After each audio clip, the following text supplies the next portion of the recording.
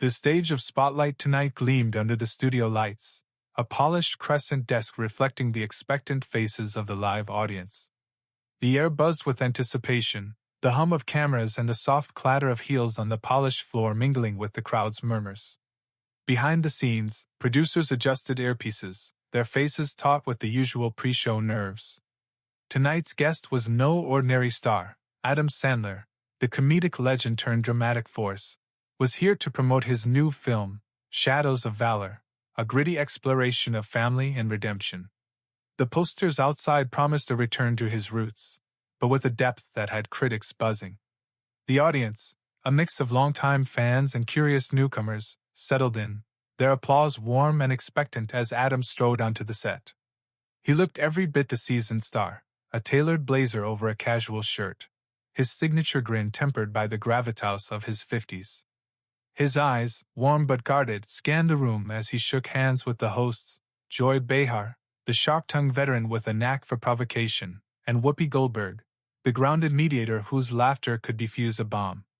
The third host, a younger comedian named Marcus Tate, flashed a nervous smile, clearly starstruck.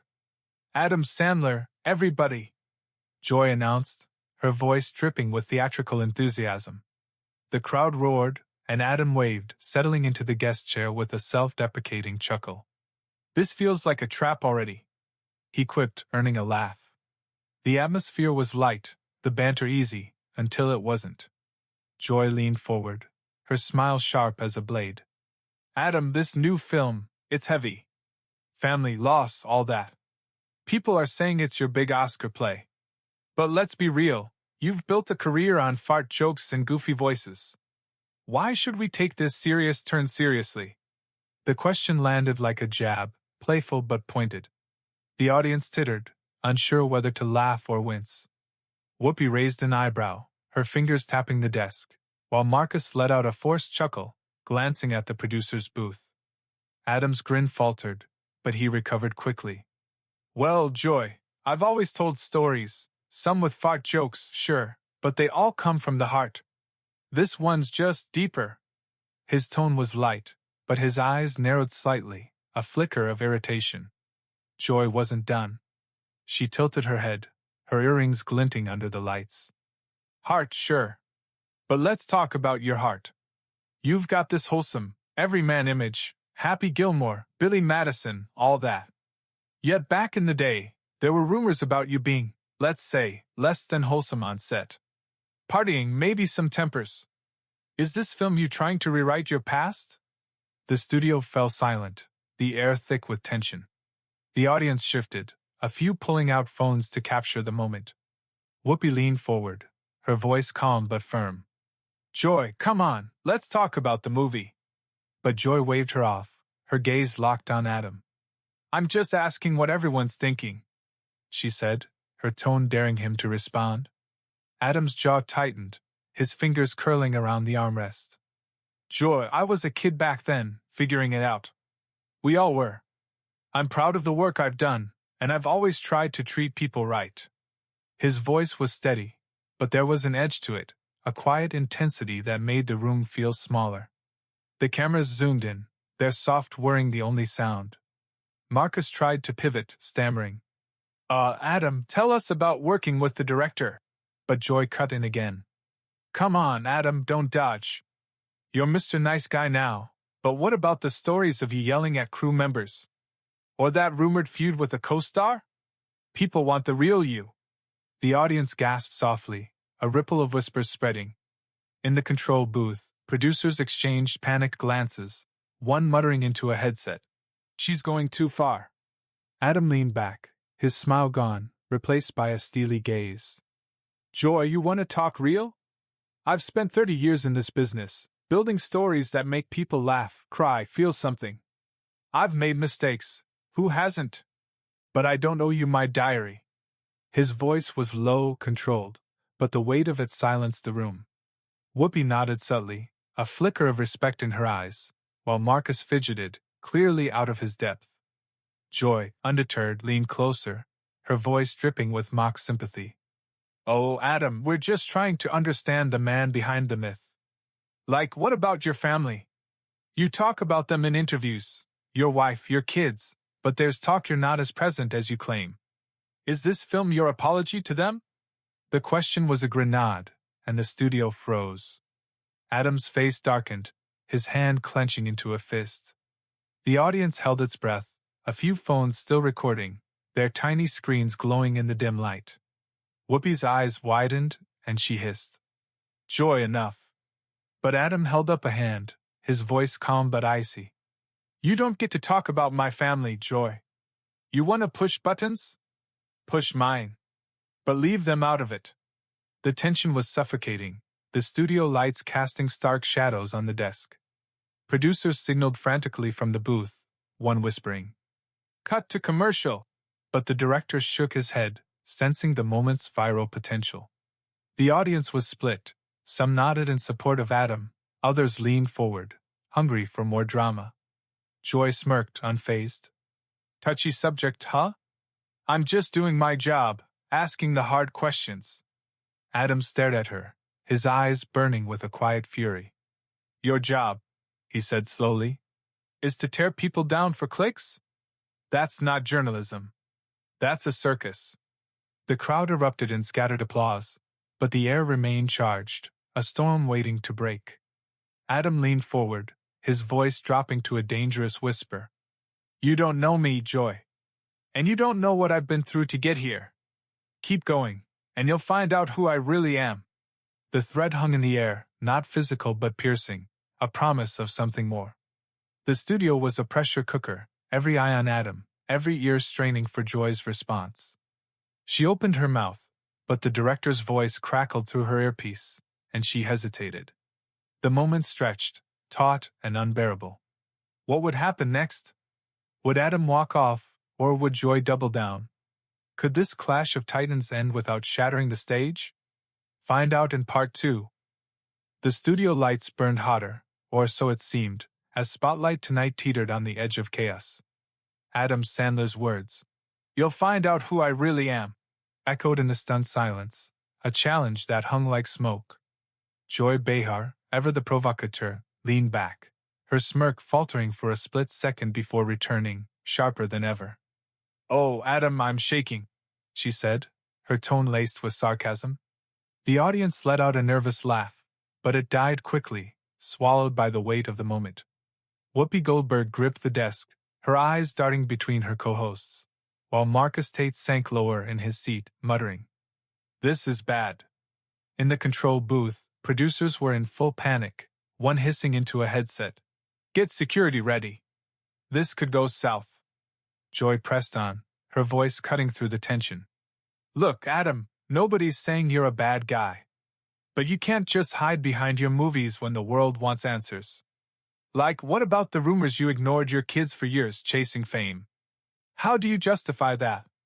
The question was a dagger, slicing into the one topic Adam had warned her to avoid. The audience gasped, a collective intake of breath that seemed to suck the oxygen from the room.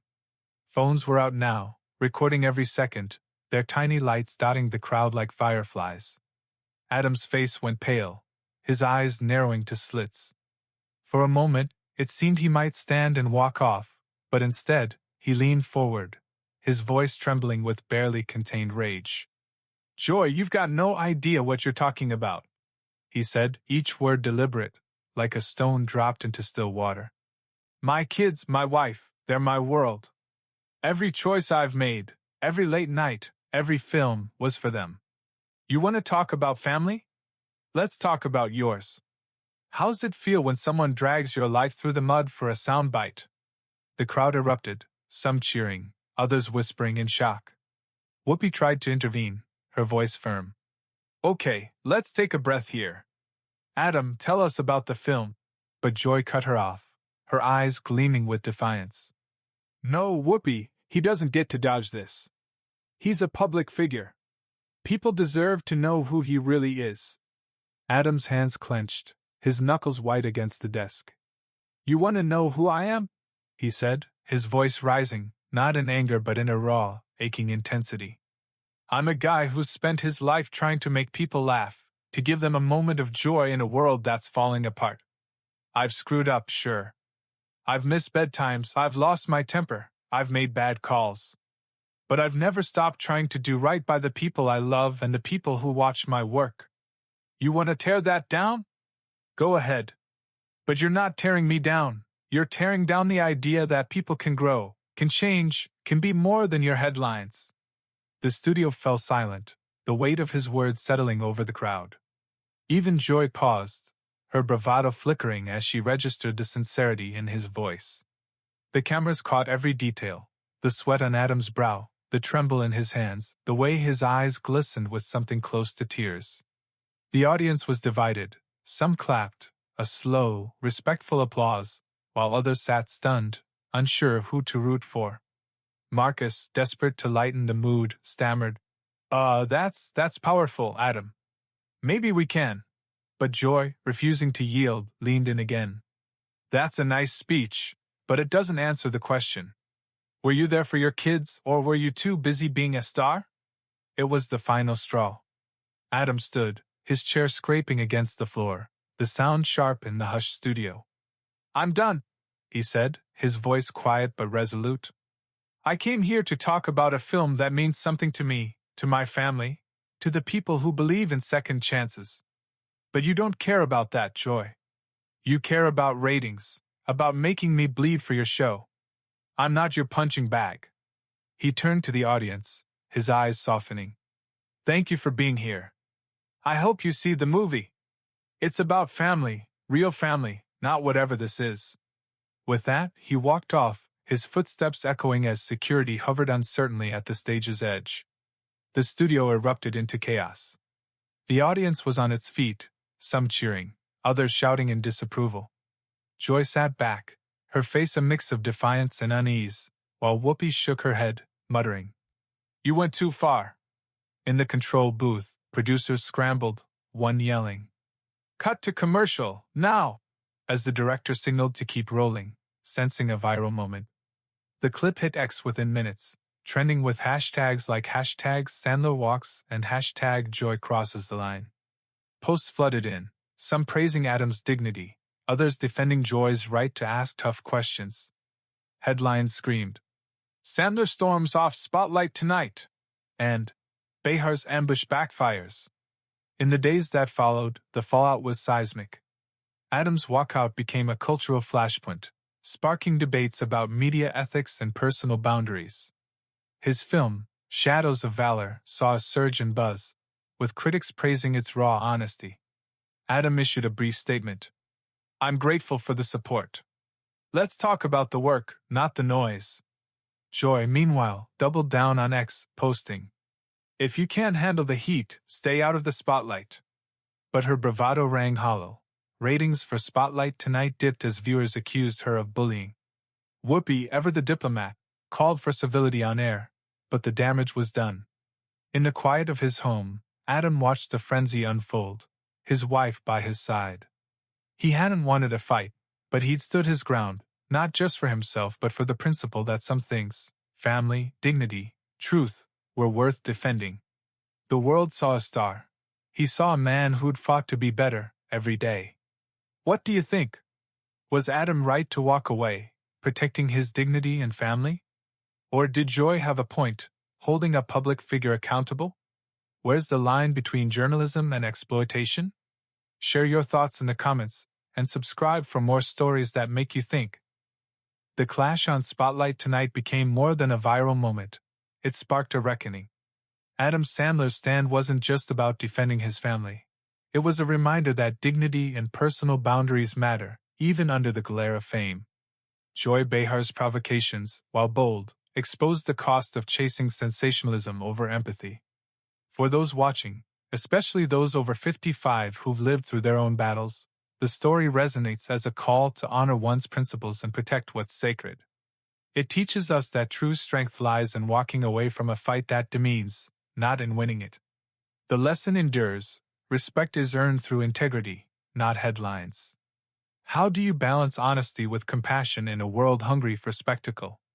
Share your thoughts below and join the conversation.